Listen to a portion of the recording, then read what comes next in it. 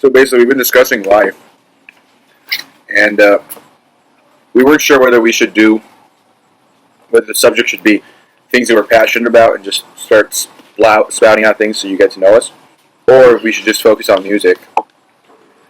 But what do you think? Should we go with music or I think music. music? We slowly let them get to know us over each episode. Sounds like a plan. I'm going to start closing these knives because, as you'll get to know, there's a lot of knives out and someone's going to get cut. There are a lot of knives. Usually me. So music. Fuck. It's so universal. A language that everyone knows, everywhere, connects us all. Well known. I think still misunderstood. There's so many aspects of music that we still try to compartmentalize. Like genre. And what's good. Like what everyone thinks is good. Then there's like native music and like modern music. And like music you twirl your hair to. Or music that you fall asleep to. And it's all still music. And they're like, music can make you dance, but it can make you cry. It can make you seemingly upset. Or seemingly overjoyed. Like, what are your favorite moments of music, Derek, when you think about music? What does music make you think about? Just the word. Music, I would say, brings a connection for me through sounds, really. Just, even if it's not on an instrument, if it's just maybe an animal in nature making some rhythmic sound, if you, I guess how would I say, find art in it, and if you have a mind that accepts music to be something more than what everyone thinks it is today, then you can find a real nice connection with it, and it can take you back to memories, to dreams, to almost anything, really. But I think it's the connection for me that gets me going with music. I agree. I think my appreciation for music has gone up since I was able to start connecting with the music in nature. I remember I had a mentor that would sit in the back porch and would cross his legs and just listen to the birds. And he would point out, he's like, did you hear that? Did you hear those 3 birds? Did you hear those 5 birds? All talking. And he would tell me what kind of birds they were. And you're like, I had to pay more attention. It didn't stick then. I wish it had. But now later, 10 years later, I think, almost 10 years later, I'm starting to see where I wasn't paying attention right, But I'm learning how to pay attention better. And you listen to it in nature and you're like, wow. That's what these rhythms that are so popular, and even pop music, they're built off of rhythm structures in nature and melodic structures. You hear birds singing. Don't think they took those melodic patterns from Diana Ross or Whitney Houston. No. All these women learned how to sing like the birds. Music was here before we were.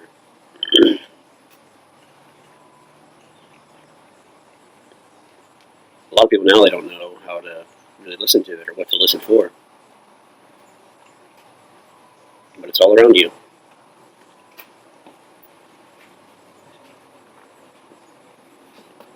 I recently got back from ACL in Austin, Texas. And it's a music festival, with maybe a couple 100,000 people that go there over 2 weekends. And so I was there for a Sunday afternoon, and I got to see Chris Stapleton and Mumford & Sons, among another band that actually did really well called the Local Natives. Very, very cool. But what I was really excited for, what I was looking forward to, was seeing Chris Stapleton and getting to see Mumford & Sons. Two groups that I've been into for a while. Mumford & Sons for much longer than Chris Stapleton. And what always strikes me about the festivals, especially that one, is I do get a really nice sense of anticipation coming up to the festival. I'm like, yeah, I love this. It's one of my favorite things to get to experience. But I also kind of laugh when I get there because, as weird as I dress sometimes, or most of the time, the people who dress up for festivals, they're like, there's this certain aesthetic you see at a festival. Do you agree? Yeah, it's like, especially the girls. And I mean, I love it. I think it makes them look especially beautiful. It's like it's cool. It's really cool clothes that people decide to wear at a festival. But and the guys too. I mean, guys come out and they dress cool. But once you're there, it's like it doesn't matter what we're wearing. The energy there is just crazy. People are so positive and just happy and excited. And once the music starts, you just kind of all blend into one. And as like as out there as that sounds, it's a really wonderful human experience to be at live music with people that love this band like you do, and they've connected with that singer, that particular melody or that lyric, and like in the case of Mumford and Sons for me, it was something so personal. They really helped save my life at one point with one of their albums, and so as soon as the concert started, I was just tearing up. People around me that had been hearing me sing, but especially young women that were looking at me earlier as I was singing, and I have a nice voice. They're staring at me, and then they're now looking at me, crying my eyes out. I'm just running tears, and I was kind of really proud of it because I was just so happy to be there and just fully immersed in the moment. These girls are just looking at me, just smiling, just like, oh, yeah. I'm like, just keep going. It's fine. Amazon. And you learn something about yourself with these concerts, especially if you just surrender. You're like, how can I fucking love a band so much? What the hell? I remember when I saw Pearl Jam live, I'm like, and it was a little bit surreal. And then I'm asking myself, why doesn't everybody go to live music? Live music, that's something that if you can afford to go, you got to go. So much better than just getting wasted on the weekend. If you're gonna spend $100 at the bar, you should put that into a good ticket. Connection. Yeah. Entertainment. Yeah. And then smoke some weed instead, and really enjoy that. Yeah, I think they bring a bunch of different energies from different places. And then once the music starts, it just opens everyone up, and that energy all becomes one. Exactly. The puzzle gets arranged. Everything falls into place. Oh yeah. There's something about getting caught up in that wave of the music. It's not just that you have like $1 million sound system. It's not just that you have, a multi-million-dollar act. Chris Stapleton was a 4-person act. He and his wife and an amazing bassist and a fantastic drummer. And you're watching this and you're going, all of that sound is coming from 4 people. If you are a musician, you're a singer, and you see Chris Stapleton live, you'll probably agree with me. There's still work to be done. I don't care what genre you're in. It's like, there is still work to be done. Because, and I'm not talking about them, I'm talking about us. Because you're like, what the heck? The guy's guitar sounds like it's made out of lead. He sounds like he's been playing it for 10,000 years. Like he was around when Abraham wrote the laws down on the stone, or when, the hand of God did. Jesus. Yeah, Jesus heard him play too. That's what it sounds like. And then the guy starts singing, and you're like, man, he's like a whole choir worth of I don't know, of demons riding horseback, wearing a lot of leather and really well-aged denim. He was wearing turquoise on his fingers, and they were moving at 1,000 miles an hour, just writing the law on that guitar. It was awesome. And it's funny, he was one of those live acts that when he starts singing his songs, I swear he was singing the parts higher than they are on the studio album, which tells me that he was just being conservative on his studio versions. That's awesome. A lot of acts don't do that. They get really ambitious, and they just put out all their maximum potential on an album, what they could do in the studio one time, and then you see them live and they can't do it. Blows your mind. But Chris Stapleton can. And Mumford and Sons most definitely performed live. Marcus Mumford is my, I look forward to the day I can mentor under that man. The guy's insane. He's brilliant. He's an amazing performer, amazing surrender. It was like the greatest just worship experience, like just a mass collective hypnosis. And I was so glad to be hypnotized by his lyrics, his band. That Mumford and Sons is just a group of 4 men and a collective group behind them of individuals who just surrender to their art, and you feel it when you're there. Totally worth every dime.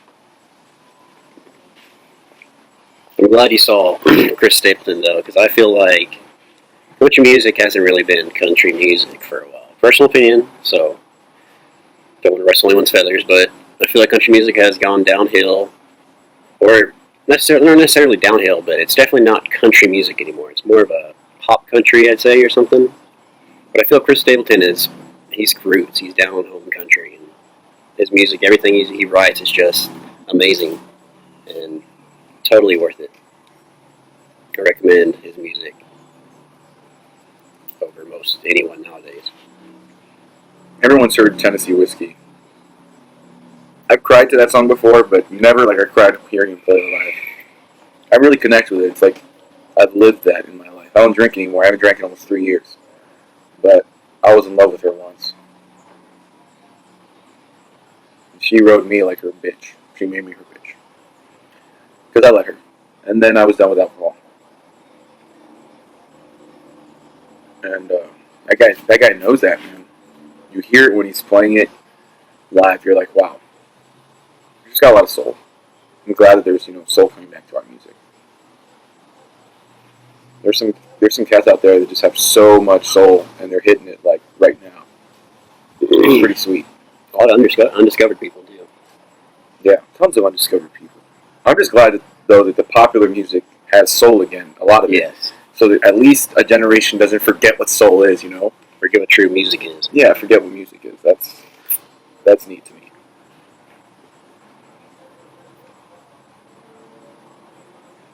It's funny though how it does change over time. Music has changed immensely. I think what's truest though about it stays the same. If it's on, as long as it's honest to the time, people can eventually wrap their minds around it. Like good disco is just good music, man. I don't care if you don't like disco. And the funk and reggae, this obscure stuff that it's kind of funny how it transcended and got famous all over the world. Dude, the Macarena. It's the most popular song of like ever. It's a great song. It's a great song. Great song. It's a great song, man. I hear it and you better believe it. You're gonna see me do the Macarena. But these little threads that we have in common, they're just little reminders of just how much we are one. Swallow that.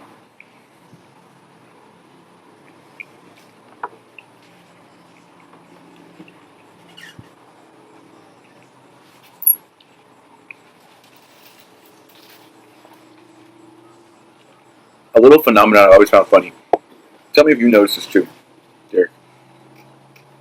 Around the World Cup or around the Olympics, it's funny how a song that is already popular here in the United States or popular, it's made by a popular artist of one country, can become now popular and accepted and completely known all over the world, especially with the World Cup, like Shakira and and Ricky Martin before. If you get aligned with that, that's it. You're probably, if you can monetize on it right, you're set for life, right? Why? Because the whole world gets to hear it. But it's funny how music from one country can be universally accepted. It's just in us. It resounds with something that we already are, with the possibility that's already inside of us. That's one thing about music that is different from certain things in life that are not as true as music.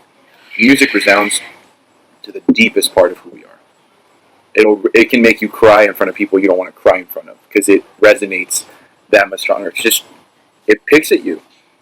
But because it has that power, you can also learn how to use it to almost heal yourself, There's been certain albums that have been super healing to me in times that life was just overwhelming as shit. Losing people and losing close friends. Yeah, I'd say anytime I hit a hard patch or something, there's always an album that would seem to hit just the spot and pick you back up or make you connect with those feelings you're trying to hide and all that stuff. But it gets them out and then you feel 100 times better. I lost one of my close buds here in town. Well, the town I grew up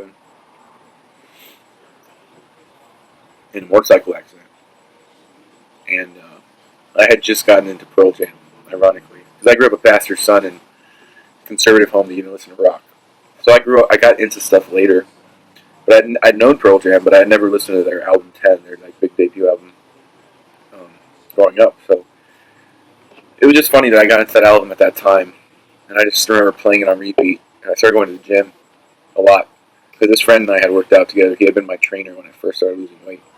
So it just got me back in the gym, man. And right after that, I lost 60 pounds of muscle and 60 pounds of fat and put on 25 pounds of muscle in 6 months. Just living in the gym, 6 days a week. And just kind of in his memory, And it was crazy because the music, it became a part of me. Like now I hear that album and it's like, I wish I didn't know every lyric, and I wish that every lyric didn't like take me somewhere, you know. But it's almost like a time machine too. It'll take you to the most emotional moment you've ever been listening to that song, and that's what's awesome. It will transport you back to that. Hopefully, it wasn't super traumatic, like it was something terrible. Because then, yeah, there's a song that my mom sang at my brother's funeral. That every time I hear it, it's a time machine, and I know that song. And every time I sing it to myself or other people, it's definitely really emotional. But it's a healing song for me now. I really enjoy hearing it. It reminds me of the beautiful things about what that's been in my life, you know. So, and I think that loss when I was younger, had more effect on me in a negative way, maybe in a repressed way, and now it's just become like another thing of strength in my life. And the guy who sang that song, the version of the song that I think I was most familiar with listening to, was sang by a gentleman.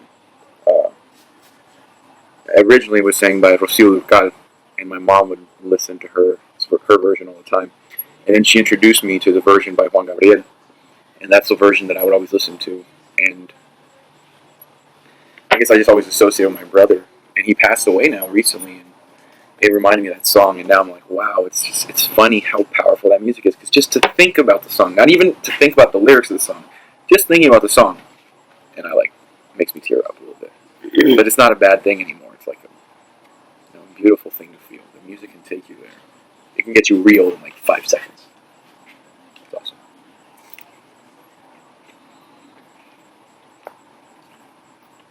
I've definitely say I've been saved by music. There's been a couple times where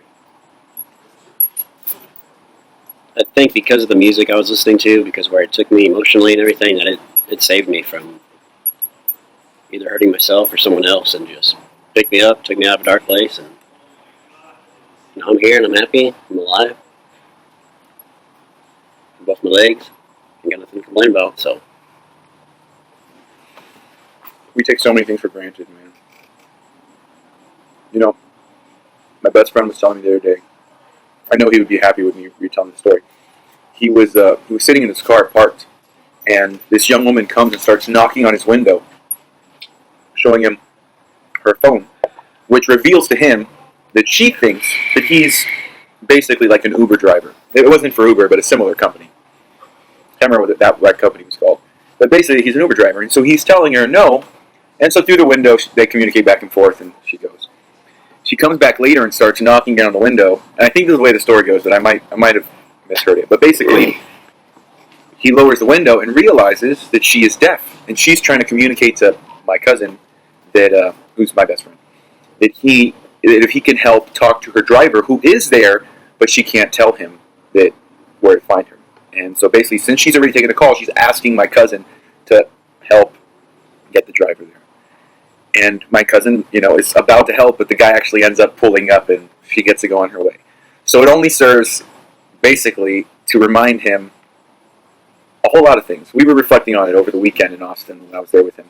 He tells me, for one, it made me be immediately, of course, thankful that I have the ability to both hear and to both, speak and communicate and see and have all my senses working perfectly fine. He's an artist.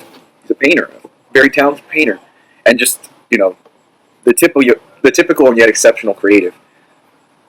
So he's seeing this the way I am. It's not only that gift that you get to be reminded, but like we were saying, there's also the gift that you get to communicate with someone like by societal standards having a handicap. And there was absolutely no handicap when the window was up. He had no idea.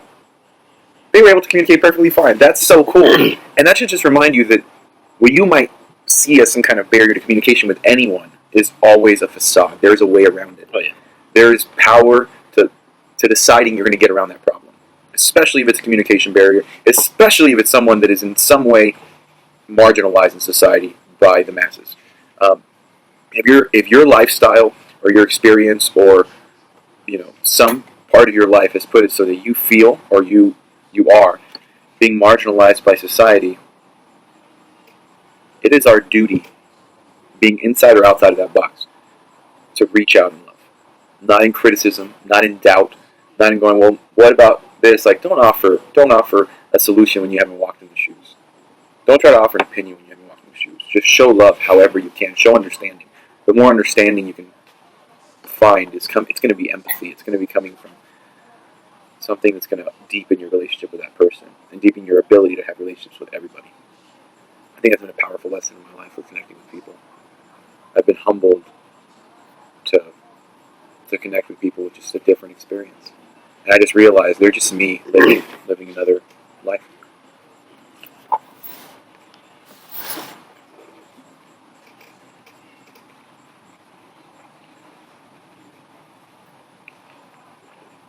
Yeah, going back to what you said earlier about how music from another country can still, even if people that hear it that don't understand a song, that can't speak that language, but it still can bring feelings up and get you riled up and going. It's crazy how music has that effect on us, and you don't have to understand it, but inside you completely are in touch with it. Yeah, being at ACL, I saw these like wizards. They're like alchemists, basically channeling spirit, channeling prana, life energy. They're just pumping energy out of those speakers and hypnotizing these masses. And everyone was glad to be part of the hypnosis because what we were being convinced of was like it was love. It was a very high energy. I mean, it was awesome.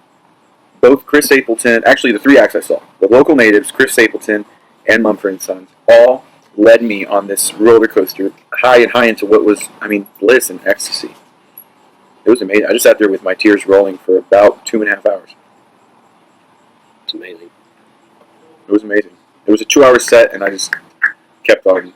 I was still in tears for way after the concert. I couldn't stop. It was awesome. I wouldn't trade that for anything. But I know that I wouldn't get that from just anything. Music. And those are the high priests of music right there. Those kind of acts. People wonder why some of these acts are so popular. Go watch them live and then ask yourself. These guys who became pop stars, these young women who became pop stars, you go see them dance, you hear them sing, and you're like, it's almost superhuman. But it's discipline, it's mastery that was achieved after so much time of dedication, so much passion put into a single, or a couple of things. When you see it, you get the chance to see it live. It's worth every dime. I'm speaking for most acts. I'm sure there's some acts that are overpriced in what they're charging, but for me, in general, live music is amazing. It's always been worth it, every single time. And I spend a lot of money sometimes on some performances. Every single time. I just love live music. It speaks to me on this level. It's transcendent. It's like better than drugs. To me, and some women that have dated me will attest to this, and I know it hurts them, but for me, singing, getting in there and just getting in the moment, even if it's just like singing out some jazz, I've got the world on a string, I'm sitting on a rainbow, got that string around my finger, oh what a world, oh what a life, I'm in love. But breaking out in song, the spontaneity of it, it's something I love about life. The fact that we can be alone and that there can be that much joy just doing something gives me so much hope. It's given me so much hope about other things in life. Thank you, Case Knives, for making something I can fidget with. I love the fidget. And Spyderco and Benchmade and William Henry. All very good quality. I like to make love with life, and I love to be into things. I guess I'm good at collecting and getting really into things. Knives is one of those things. I have knives, but I make knives, and I Makes amazing knives. I have some of my knives. I'm wearing a modified cold steel knife right here, neck knife. I always do. And I have a couple of customs. Might as well show them. Makes amazing sheaths too. Kydex. Wrapped with leather. It's just one of those hobbies, because I don't do it all the time. This is just like a big cord wrapped knife. It's thick enough to stab through a door of a car. If you had to do that in an emergency situation, I don't know. You could also use it as a pry bar. It's that thick. But you could also shave yourself with it if you needed to. This is one I've been carrying around for a while. Nice little copper coating on it. Also very thick. Tapered tangs on everything. G10. Stuff's fun. I like to make my sheaths with leather and kydex, just kind of like a Western style. And there's another one. This is from my BFFs in Colorado, in Durango, from the Durango Studios. Paul. And this bad boy I made for him. It says Quino on there.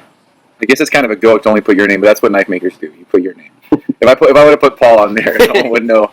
But yeah, the Cocobolo and the mosaic pins and the Makata. Anyway, yeah, I'm doing a new sheath for Paul. This one's like this pistol sheath style that I do in leather, but we're doing a new one for Paul. And this one, knife already made, but my sheath broke, and he made me a new one. Little Texas leather in there. Happier. Oh yeah. So why knives? I got into knives because of martial arts.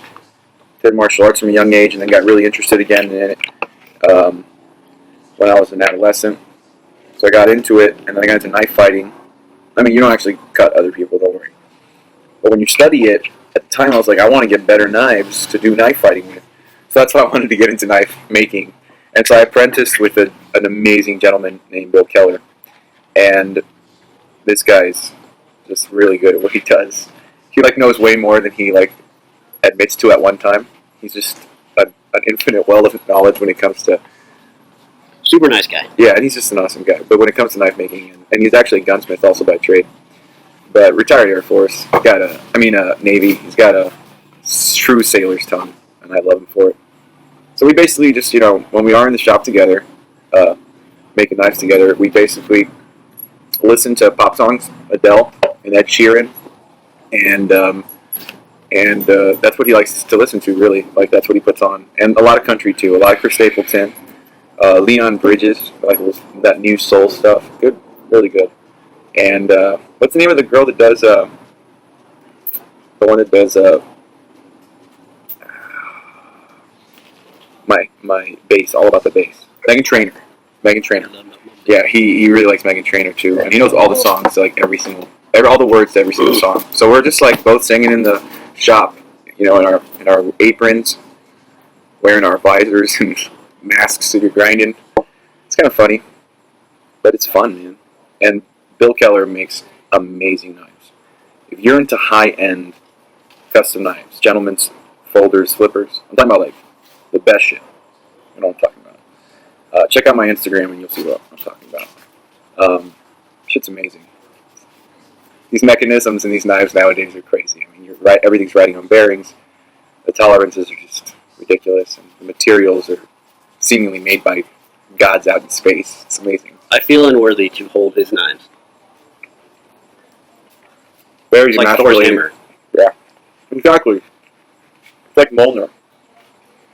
And that's what I love about knives, that the possibilities get that high. William Henry Studios in Boca, that's where I lived, grew up in South Florida. These guys have been making amazing knives for years. And a couple of years ago, I had lost and gotten rid of some of my other ones. I kept this one by chance. I thought it was lost to me for a while, but I found it. And I started carrying it every day. I just love this knife. And for some people, it's a pricey knife to carry in your pocket, but it's worth it. Plus, I still have it. I don't lose it. And if someone tried to take it from me, which is probably the only way I would lose it, that would just be silly of them. But, if they felt they needed to have it, I hope they have good use for it. It's just an excuse for me to get a nicer one for my right pocket. If they're able to get it from you. Yeah. Like if I set it on the table or something, like this. But I trust Derek. Derek would be ready to shoot them if they came and tried to grab the knives. We're Texas brothers and sisters. Plus, we got Archer here. Archer, come here. Archer, come here, big boy. Now this is a beautiful dog. Come here. Look at this doggy. And Archer. for anyone who dare say that pit bulls are a bad breed, I would like you to come to my house. I would like to have a long conversation with you. I'd like you to meet Archer. He is just the most wonderful thing in the world. These things are beautiful. And this temperament, man. You can't get this kind of temperament out of most dogs. Most breeds, especially the small ones, are way rougher and just more aggressive in this bad boy. He's a big pushover. I mean, if this guy wanted to be the alpha out here with these other 4 or 5 dogs, he could by just sheer size, but he prefers to be the lover than the fighter. He does, though, eventually have to take a stand when they're all humping him all the time. It's crazy, man. I try to show him what's up, but he ain't having it. He's just doesn't even phase him. He just likes the food. I think lovers like myself. I was a fighter for a lot of my life, but I think those of us that are lovers know that we're also actually eaters. We like to eat food, just like us, eh? Yeah, bye, bye. Okay, Archer. All right, go back to your bone, man. Where is it? Oh, it's not up here. So the lesson, though. The lesson from that is, if you haven't hung around good pit bulls, you ought to help educate the rest of the world. They're not bad. Train them to be bad, they can be, but it's like anyone who says that we don't have an issue. People that are scared of environmentalists, especially on the right wing, I think it's often because they haven't had to experience like a city full of smog. The fact that we have cities that people have to wear masks in, that people are getting cancer from just the pollution in the air, that's a terrible sin. We gotta fix that. So we all ought to be environmentalists, just as we all ought to be feminists. Anything that we've done systematic damage in, we're gonna have to take steps in the opposite direction and push a little bit in the direction against us, where it hurts. It's just gonna take a little bit more working out. That proper eustress, The difference between distress and eustress being that distress is just pain for pain's sake and kind of damaging. It's the sort of stress that we experience in our lives that doesn't help anything. And eustress, that prefix, the EU prefix being the same as with like euphoria. Well, eustress is kind of like when you're adding weight on your bench press, something I used to do. But as you're adding weight on your bench press, it hurts. It's pain you experience in the temporary, the now. But overall, it's good stress, eustress. It helps make you a better you, a more complete you. And a lot of our relationships need that, I think that makes me think of that video you shared the other day of the man talking about how crabs grow, but their shells don't. So every time they lobsters, that's what it was, lobsters. And stress is like a lobster growing, that if you don't allow yourself to go through that pain and everything, if you go to a doctor and get prescribed a pill and hide that pain away, that you'll never grow from that experience. You'll never get through it. I feel like that has so much truth. That little video on my YouTube I got to share. It was a rabbinic scholar talking about how lobsters can't grow unless they lose their shell. They have to get under a rock enclosure to protect themselves from predators and basically break off their present shell and grow themselves a new one to now fit their expanded bodies. And they basically only happens when they're uncomfortable. So if the lobster doesn't get to the point where it's uncomfortable in the shell, it would just stay the same. So when it's done growing, that's because it's comfortable. How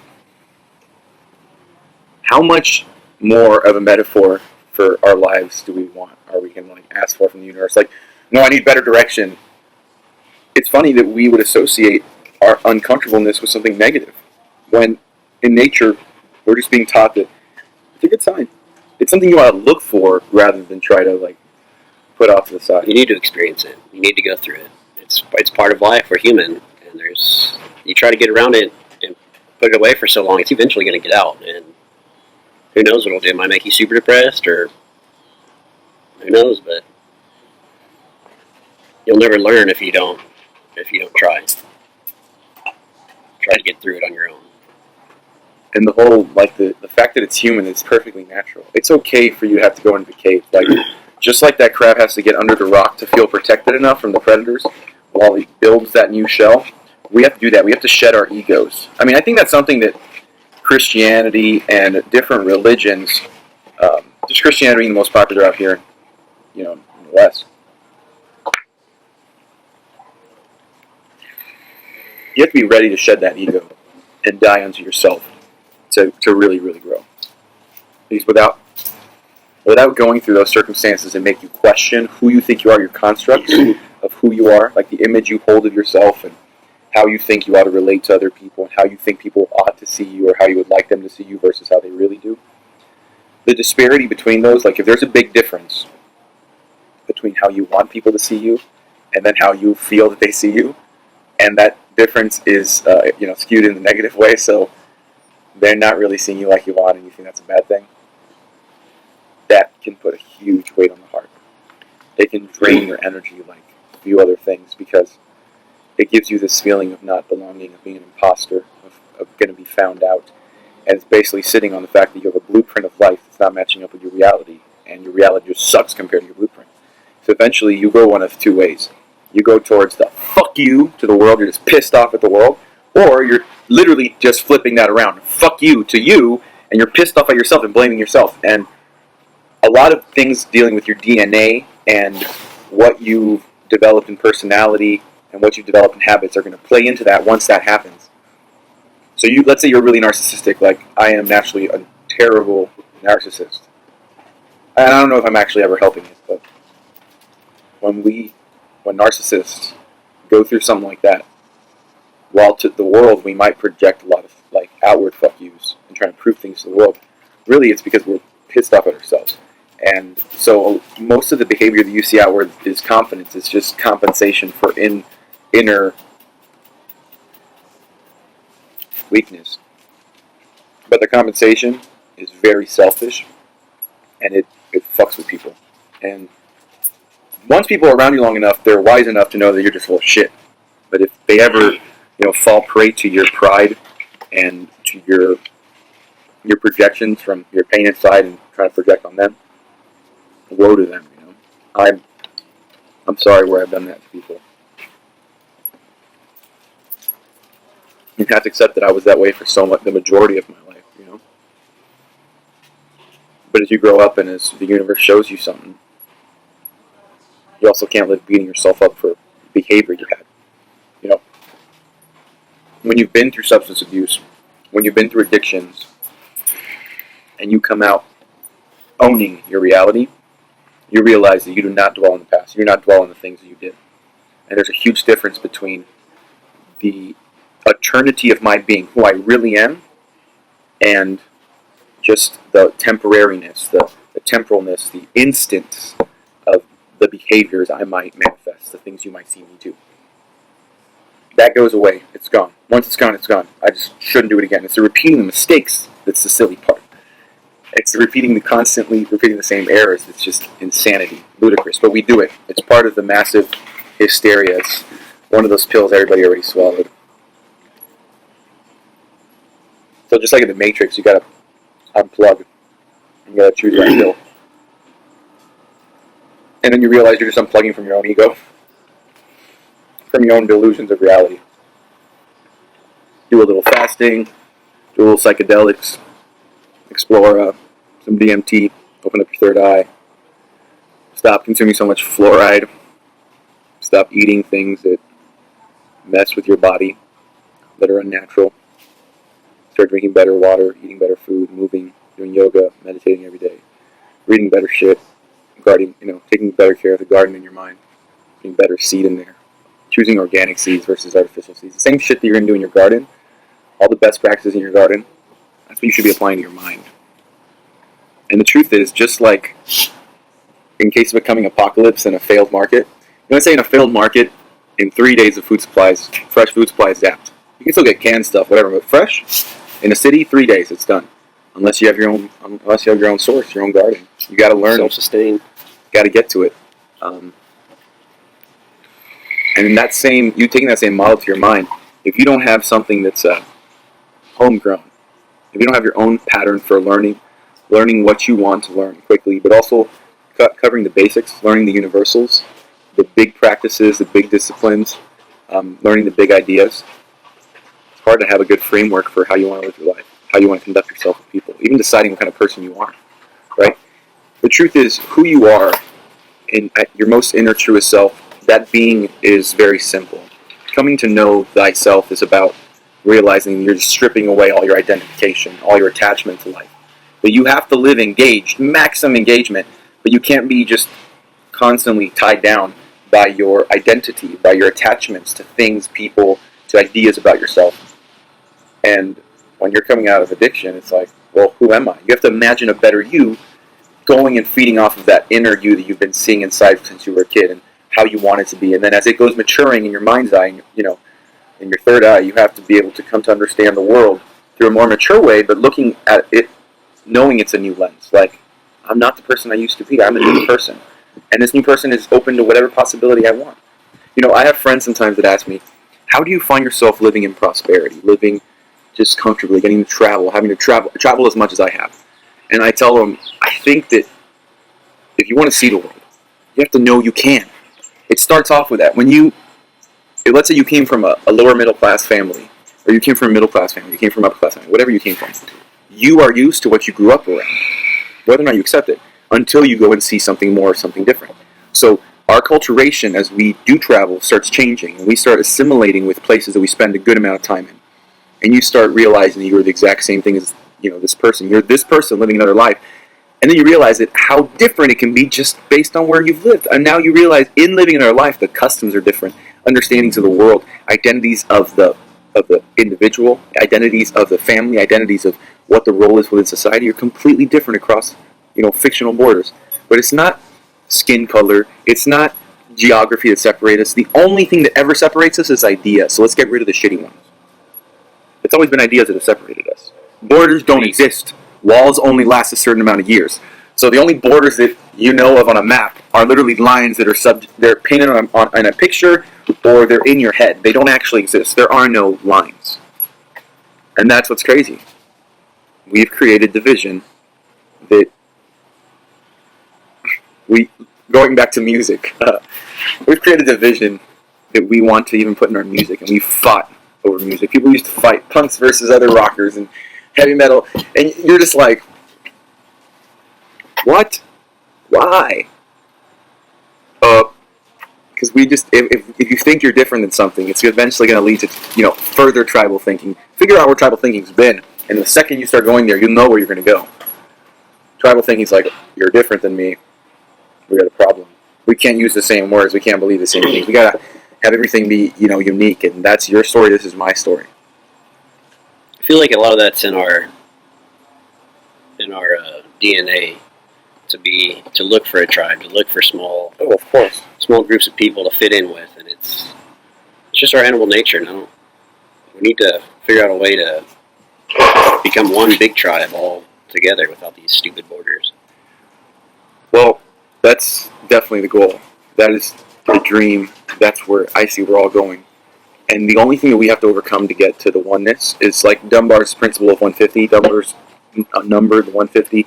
The concept that, for millennia, we've only been around a maximum about 100 tribes of 150 people. So that's what we're used to knowing as far as how many names we can memorize, how many faces we can easily recognize, it's really like, you might be able to recognize 1,000 faces, but you're only going to be able to maintain regular relationships with like 150 people. And so if you want to have a good wedding, about 150 people are probably your good friends, and everybody else is just cream on top, right? It kind of plays out in our lives, but it's also a manifestation, like it's a way to see how our influence and understanding is limited. So we have to use different mediums to expand our influence. Like, networking is really a system of extending how far you can connect through relationship, and how far you can send a signal through people. Probably the maximum you're usually going to get it down is like 6-7 generations without an amazingly efficient system or something viral. That's when something's viral is when the natural order of disseminating information just gets exploded with electricity, and boom, something just explodes like bacteria in a petri dish. That's not the normal thing. Usually, our influence is limited, and so is our understanding. It's limited to the people around us. So that's why when someone says you are like the 5 closest people to you, I mean, over time you are. You start to assimilate to you're an adaptive creature, and if you're not giving yourself the challenge of new people, but also if you're not using the discipline and discernment to pick out good people to spend time with, you'll just end up in either waves or in mud, you know? And life is a wave, but you don't want your relationships or the balance of healthy relationships to feel like an up and down wave of I have great friends, I have terrible friends at the same time. And this happens to some people over years. You'll sit, I used to sit in bars and listen to people, middle-aged people telling me that they feel like they've bounced from good groups of friends to bad groups of friends, from good groups of friends to bad groups of friends, or from good group to good group and lost somewhere in the middle. And it's like, well, why were you changing friends in the first place? I grew up in a family that kept friends for a long time. And you realize over time that the majority of people will just leave or leave you. But if you do hold on to someone, it's never, from my understanding of my longest friends I've had my whole life now, let's say 20 years since I was a kid, but friends that I've worked to keep really close to, right? It's not easy. It's not natural. There has to be give and take for a real close friendship. I mean, it is work. It is getting to know yourself and taking shit to realize that you're not right all the time. In my case, you're not right most of the time.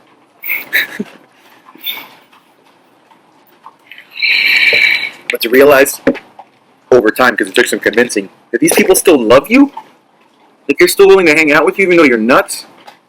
I'm so weird. When I think about the women that I've dated and the wonderful relationships I've been in, I just want to take time every day to thank them for putting up with me. I'm fucking crazy, dude. It's so fucking nuts, man.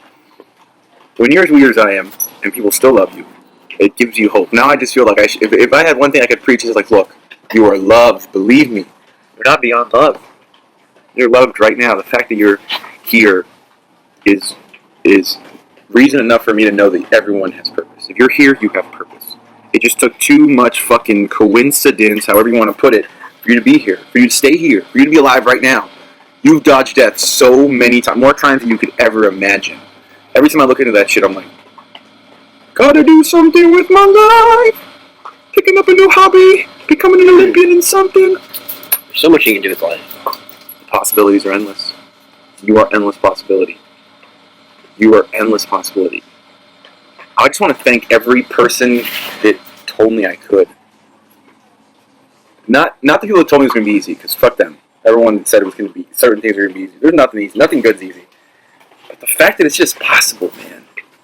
I just quit cigarettes, and I'm so excited about the challenge of, like, and the prospect of being able to tell people, like, hey, quitting cigarettes is possible. Here's how I did it. The way I'm doing it is I'm having a teaspoon of cream of tartar and a glass of like 8 to 10 ounces of good, fresh, like squeezed orange juice with the cream of tartar teaspoon in there mixed up. You don't even taste the cream of tartar. It's fantastic. And it supposedly takes the nicotine out of your system. I haven't even really, jones for it though, to be honest. Because once I decide, I feel like that's it. It's done. That's why I've never felt tempted with alcohol again. But I just needed to get cigarettes out of the way. Also, because I started running. Whew, I was like, I'm in too good of shape compared to like when I was 320 pounds, on max. I've lost too much weight to be getting winded for running like this. And this is just happening because of cigarettes. So I was like, this is done. This is done. Bye-bye. Bye-bye. I'm totally pro-cannabis. And I think that tobacco is actually an okay plant. You're just not supposed to do it all the time. But it's okay to do it every so often. Nicotine's kind of cool as a nootropic, in my opinion. This is my opinion. Don't hate me for this. But cigarettes, processed cigarettes, all the shit in them, is so addictive. I would realize that I'd be smoking my Camels and my Marlboros, which, look, whoever works at Marlboro and Camel, I'm not shooting you on just on this. You made a very tasty product. I love that shit. But I'm done. The chemicals are too much. If they get that flavor out of regular tobacco that was clean, it wouldn't be such an issue. But it's just one of those things that you have to have so much respect for. You can't be doing this all the time. It's got to be a treat every so often. For me, I prefer to have it in the form of a cigar. And again, every so often. I've only had maybe like a cigar or two this last year, which a lot of people wouldn't believe considering how much I've smoked in the past, But now that I've given up cigarettes, it's going to be a while before I'm smoking nicotine, just because you really start getting a dependence. Like, I have a dependence. And I was actually apologizing to my sister. I have a wonderfully gifted, just genius sister. She's 22 with an MBA and fun to talk to because she's garnered a lot of experience in her life now. And seeing her all grown up is always kind of freaky. She's always been just my little sister, But she's just so much fun to talk to, and having her around I'm thinking, bounce ideas off of her, see what she says, see what she thinks. And when you're around someone like that, it's just always bouncing good things. You start taking serious appreciation for every moment of contact you have with people, especially my siblings. Like the last couple of times I've been able to hang out with my siblings, I realized like these are the days of my life. I'm able to spend time with my siblings right now in a way that I might not be able to all the time, or for the rest of my life. In parts later in my life, I might not get to spend as much time with my siblings. I won't be able to. So to just like be able to just think on that and then fully take in the time I'm spending right now with my siblings, it's a beautiful new way to live life. And being able to like be there to also show my siblings like it's possible. If you ever have something that's tough in your life, like quitting cigarettes, I want to show you that it is possible. If you ever have something that you have to overcome, I just want to show you it's possible. I want my sister to see that and see, hey, that's possible. I know she knows it is. She's one of those people that would be able to do something like that herself. She's always able to commit. I have some committers in my family, which means it's just a fancy way of saying very stubborn people. Once they decide something, it's going to happen. But sometimes I have a hard time deciding. That's my thing. I like everything. I am the master of eclectic. I am the master of not choosing until I have to. And that's not a good way to live. I've had to, reactivate my bias towards action. Like, if you're 40% sure, jump! Because, you might break a leg, but at least you'll get started on shit again. Ideation needs to become activation. You gotta... They're making a Power Rangers movie. That's just crazy. Dude, I saw that and I'm freaking pumped. Yeah. We can help promote that, guys. Oh, yeah. Martial arts skills and holding our hands in like YMCA-esque shapes. Yeah. I'll put on like 15 pounds of muscle. I'll hit the gym again. Oh yeah. Just to be in the promo videos. By the way, people keep on telling me I look like Jesus, which is whatever. But when I was at ACL, I had this one person stop me, and they were like, "Savior," and I'm like, "What the heck?" They were like, "I want to thank you," and I was like, "What do you want to thank me for?" I was just playing with it, and this guy's like, "For that I think it's like Polly Pocket or something you gave me last Christmas." I was like, "That's Santa, bro. That's not my department." And I just walked away. But I find it so funny that like people really do think that Jesus looks like those pictures that you see. That's a very European-looking version of a Jewish man. Very. People sometimes tell me I look like Jesus, but with a bigger nose. I swear. I'm like, I have some Jewish blood, and I have the smallest nose of my brothers. And even then, I have a feeling like Jesus, if he did look anything like me, I'm sure he might have probably had a little bit bigger nose than me. I'm like, you were really ignorant to think that thin little nosed European, but actually had a rhinoplasty Jesus on the painting that you're referring to in your subconscious mind. Ugh. You think he's real? Okay. I'm just glad that that's not my spirituality anymore. Like the limit of my spirituality, a picture of a frail, weak European man. And I'm clearly European. I'm not. It's not to put down Europeans. Pretty freaking light skinned. I'm just saying that idea of us holding to an image and pretending that God and the bigger things in life can somehow be put into words that way. English is a new language, man. Everything's been here a little too long. I look at a monolithic structure for 1 second, and I think about that for like 1 second, I just feel real small in the context of the problems I used to think on. People are. We have a Hurricane Matthew hit Haiti with almost 900 casualties last time I heard, and you go to a retail store now and you hear people complaining about the price of things and getting entitled and offended over things at a restaurant. I'm like, and it's not in judgment. I'm just really wondering, like, what can we use to help those that aren't aware of those things? Just become aware of those things. I don't mean just an alarm. I mean in the instant. What kind of tools do we have that we already know about to help train each other to constantly be aware of our behavior and mindful? How do we raise collective mindfulness? How do we raise the collective awareness? I I'm only saying this because I truly think the way that we do that, one of the main tools we have is music. Music is, it's a siren. It's a gift if you are already in it, if you can express yourself musically. It makes people love you before they even get to know you, and it connects you with people before you actually can exchange words. And that's what I love about music. It's just a bridge. And if you can come at it to share beautiful things, to share life, then what better things are there, around? What else do you know than to share love through music? It's like one of the highest things we have. And I feel that the more we can plan to insert into that music messages that instruct people in being more mindful, and just being able to give you a daily reminder of how beautiful life is and how we ought to look at life, being in its fullness, and us being literally, we are abundance, we come from abundance, and from where we come, we leave behind more abundance. It's just abundance everywhere. But scarcity and fear mindsets are what we see a lot of the systems around us are being built on. A lot of the systems that exist in society are based on fear and control. And you live in a society now, if you're in the United States, where basically your consciousness is being taxed, and your consciousness is being levied on, and your consciousness is being tied down. It's being limited and restricted. You're not allowed to do certain psychedelic things that would expand your mind because they are regulated by the government. And it's like, how could you be regulating and stopping someone's experience inside their own head? It's not hurting anyone. It's not hurting themselves.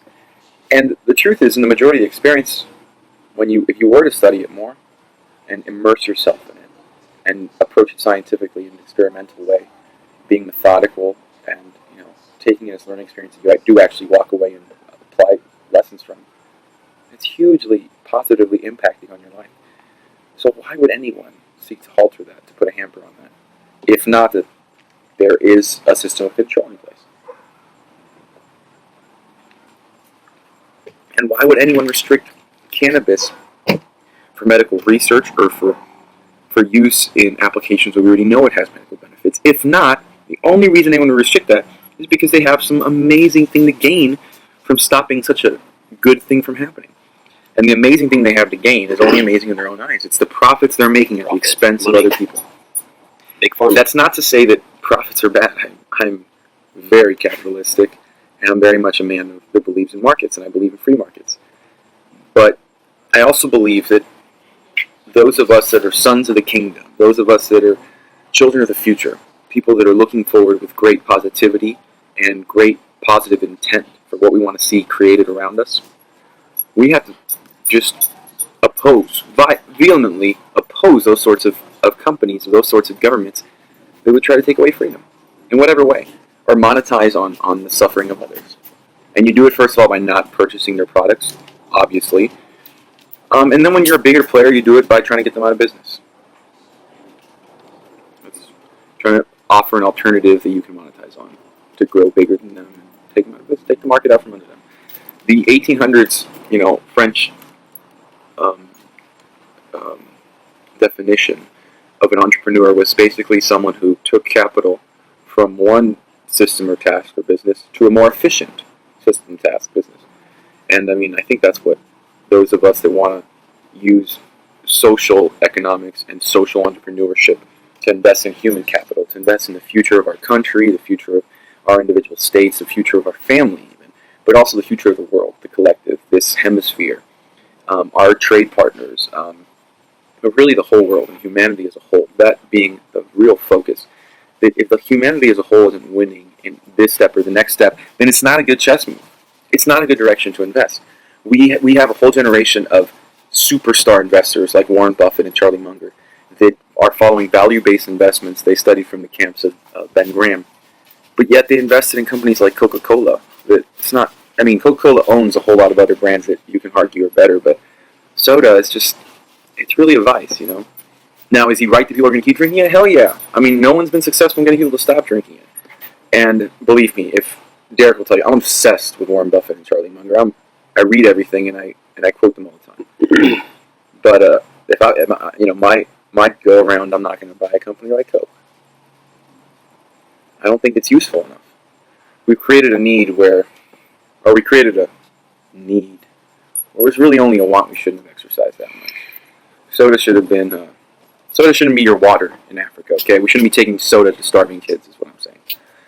So similarly, we can look at other things in our markets where we can apply better judgment the second time around. As we go replacing the old system, you'll see serious systematic, change. It's almost like on the scale that when technology hits hard and you see it move quickly and completely change society, it demands a response. And at first people react, but then given time they're able to respond and apply a little bit more tact and better judgment. And I'm curious to see what that looks like when we have things like utter robotic manufacturing, everything being made in the dark in a factory, and distribution totally being robotic and totally done in the dark, no need for electricity. I mean, that's where Amazon's at right now. I just finished reading this week One Click, a biography about Jeff Bezos. And people that know me, I read about a book a day. Right now, I'm actually reading about a book and a half a day because I'm at my mom's house, and it's just like my reading vacation in the mornings. It's really nice. I do my yoga, I meditate, and get into reading for a couple of hours. And it's funny, in those 2 hours, usually I find myself, those first 2 hours, and I'll read out more later, or it might be longer than that, but it's been on average always 2 hours without stopping first. And I just get lost in those 2 hours. I always find myself just being so thankful that this is out there, that there are lessons sitting in between the covers of a book that can literally change your life, that can save you years of time. And I'm like, I think the only reason I was able to teach myself how to sing by YouTube, which is basically how I taught myself to sing, from the age of 18, in less than 10 years. So I'm going to be 27 now in a couple of weeks, but in less than 10 years, in about 9 years, I taught myself through YouTube how to sing and then practice, right? And without any serious instruction from other people. So I remember just watching those videos and going, I should probably go look at the best so I can know what the best looks like. Now, this is just a thought I had. And I started looking. This is before I understood systematic learning, how I could apply that systematic learning system to things like a skill like singing. So I think that my fastest learning systems I was applying to academic things, but I hadn't yet applied it to specific skills consciously. And then I started realizing that I had applied certain concepts, but hadn't misapplied others. So with singing, I started looking at best practice and looking at people on the internet. I remember watching people like Pavarotti and Sinatra, old videos of their performance live, and just crying, just going, wow, this is just amazing. And I remember watching Freddie Mercury and Michael Jackson and Elton John, and just all these people I was into. Jeff Buckley, Nusrat, Fateh Ali Khan, just maestros, And Paolo Nutini, I love Paolo Nutini. But all these people I was really into, I'd watch them and I'm like, the possibilities are so great. So now I need to deconstruct how they got there, how they're doing what they're doing. And because I'm always obsessed with learning, I just started watching hundreds of music documentaries and reading just hundreds of biographies and just getting into the minds of these people, of these top artists and singers especially. I wanted to understand their expression. And I started reading biographies on just successful people. As I got into personal development, it was changing my life around. I'm like, oh my gosh, there's like books that can teach you like every kind of lifestyle you could want based on a good example. And I was learning at the time to just take these lessons from the books and make them my own. And that's when I started realizing I had a good collection of lessons. I had already learned things that a lot of people hadn't learned until later in life. And for that, I'm eternally going to be grateful. But it also started teaching me to get, push forward. How far can I get in these years? How many books can I turn into an actualized lesson in a matter of just a couple of months? How many things can I make good habits quickly? And it's part of the challenge. It's part of what's fun in life.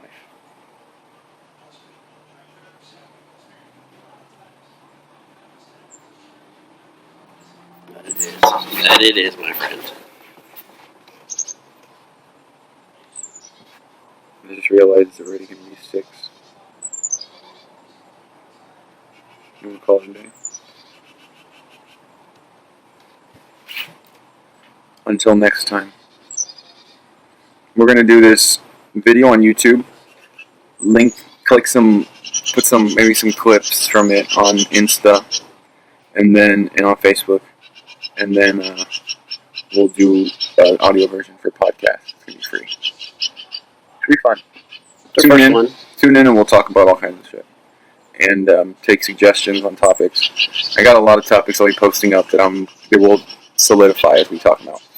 The idea is it to be just chill, and then once we take it mobile, you'll be with us, and we're gonna do it every week, once a week for now. Might have some invited guests, some callers, and the idea is just to talk about things that are passionate about. If the show takes a different direction and gets more cute, that's cool. But either way, we're cute, so that's cool, Ciao.